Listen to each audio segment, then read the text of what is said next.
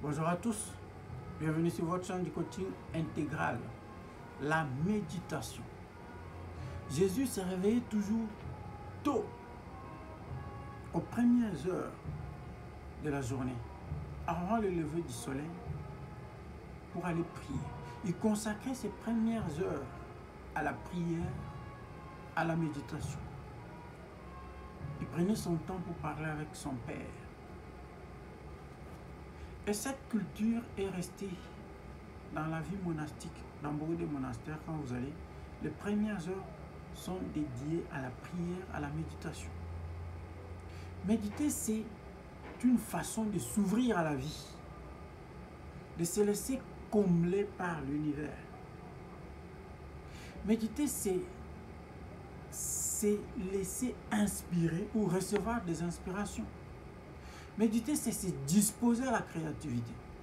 Beaucoup de choses bonnes ont été inventées après une profonde méditation ou grâce à la méditation. Méditer, c'est réaliser son rêve, c'est-à-dire amener l'imaginaire à l'existence. Méditer, c'est se réaliser soi-même.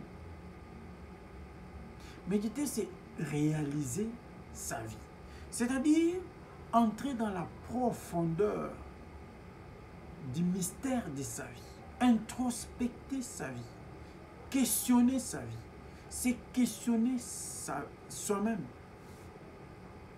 questionner sa personne, son être, jusqu'à découvrir et connaître le but ultime de son existence. Méditer, c'est chercher l'essence même de sa vie. Méditer, c'est chercher soi-même jusqu'à se découvrir. Malheureusement, la méditation chez nous n'a pas de place et n'est pas dans nos habitudes. Il y a même une expression populaire qui dit « Je suis dans le bruit ». Donc on passe des journées entières dans le bruit terrible, dans une nuisance sonore sans pareil. Il y a à côté un bar, de l'autre côté une terrasse, de l'autre côté une église. Et on est pris dans cet engrenage au quotidien. Dans les véhicules et les voitures, il y a soit la musique à fond, soit un prédicateur dedans, soit une radio allumée. On dirait qu'on fonctionne avec le bruit et au rythme du bruit. Donc le bruit fait partie de notre quotidien. Et vous allez voir les gens qui dialoguent en criant comme s'ils se chamaillaient. Les églises et les bars sont à proximité des écoles et les enfants assimilent les leçons au rythme de la musique. Et deux fois, la récréation est transformée en une séance de danse. Donc, la nuisance sonore ne dérange plus personne. On trouve ça normal. C'est à la mode. Et c'est plutôt le silence qui est devenu ennuyeux. Regardez seulement chez vous, quand il n'y a pas du courant, tout le monde est triste. Mais dès que le courant est rétabli, l'ambiance revient. Alors, pourquoi est-il si important de méditer?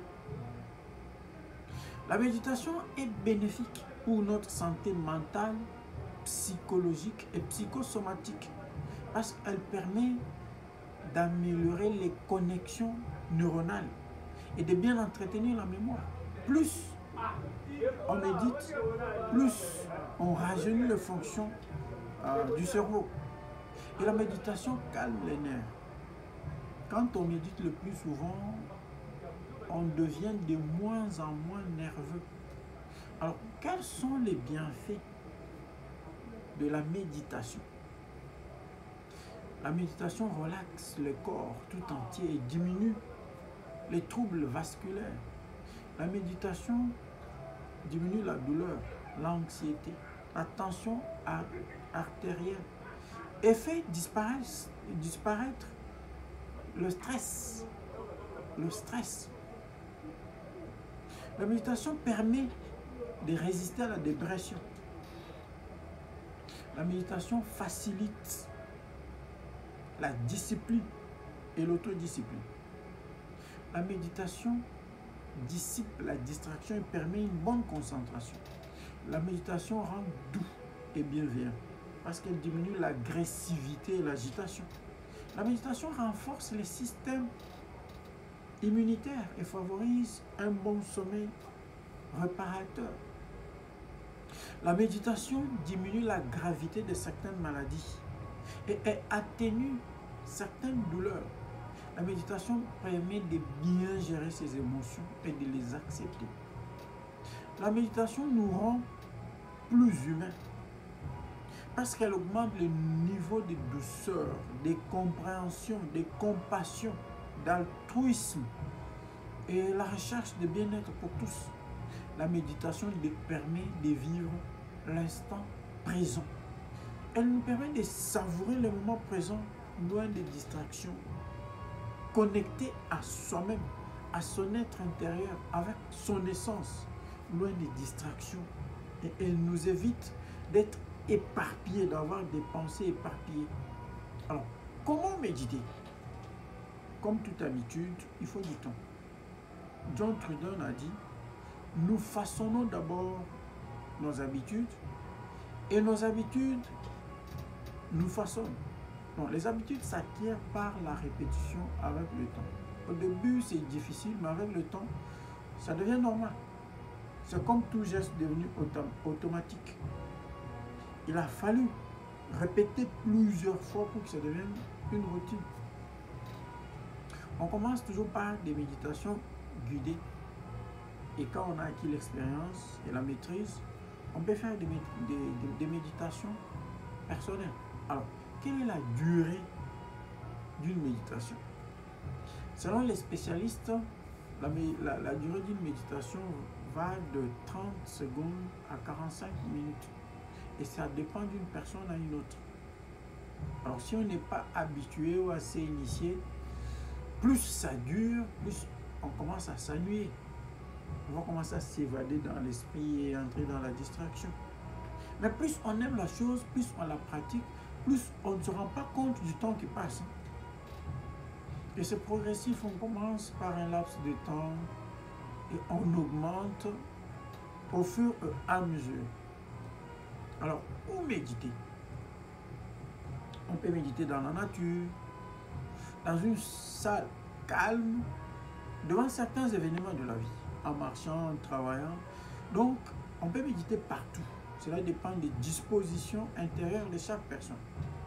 Au début, il est préférable de méditer dans un endroit tranquille, les yeux fermés, pour éviter la distraction et avoir une bonne concentration maximale.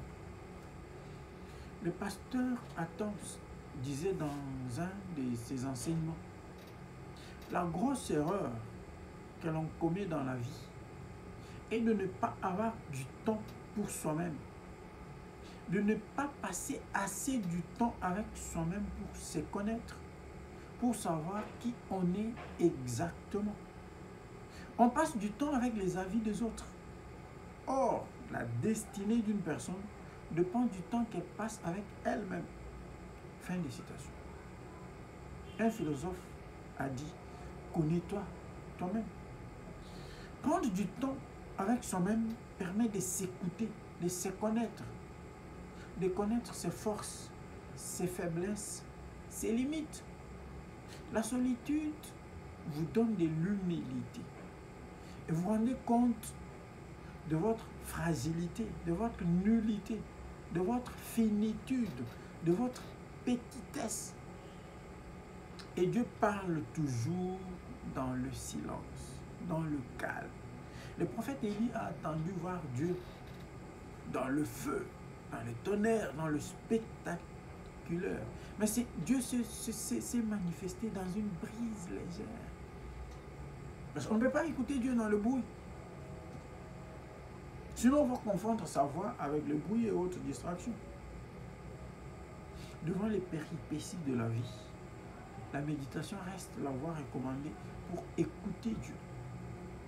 Devant chaque situation qui vous arrive dans la vie, il faut toujours se poser la question de savoir qu'est-ce que Dieu veut me dire? Qu'est-ce que Dieu veut me montrer? Qu'est-ce que Dieu veut m'enseigner? Parce que Dieu nous parle tantôt d'une manière, tantôt d'une autre. Dieu peut te parler à travers des événements dans ta vie ou dans la vie d'une autre personne. Peut-être que cette année, les choses n'ont pas marché à cause non seulement du bruit, mais aussi parce que tu es éparpillé partout, tu fais tout, tu touches à tout, tu es partout. Et en fin de compte, tu ne sais plus par où passera ta bénédiction. Prends du temps de te retirer du bruit et écoute Dieu en toi te parler. La méditation, la retraite, les silences, la solitude doivent être ton quotidien. Parce que vouloir pas à un certain moment de la vie, la nature finit par te l'imposer. Et si tu n'y es pas habitué, en tout cas ça sera un peu difficile. Les répercussions peuvent être catastrophiques. Pour réussir dans la vie, il faut savoir se retirer du bruit. Quitter un environnement bouillonnant et savoir rentrer en soi, dans le silence, loin des regards des gens. Rester seul à seul avec soi-même, avec sa conscience et écouter Dieu te parler. Jésus, mystère, Dieu fait homme, est venu dans le monde nous rappeler les mystères du silence, les mystères du recueil. Et c'est dans le silence qu'il s'est manifesté. Et c'est dans le silence qu'il se manifeste toujours. Joyeux Noël à tous. Merci et à la prochaine.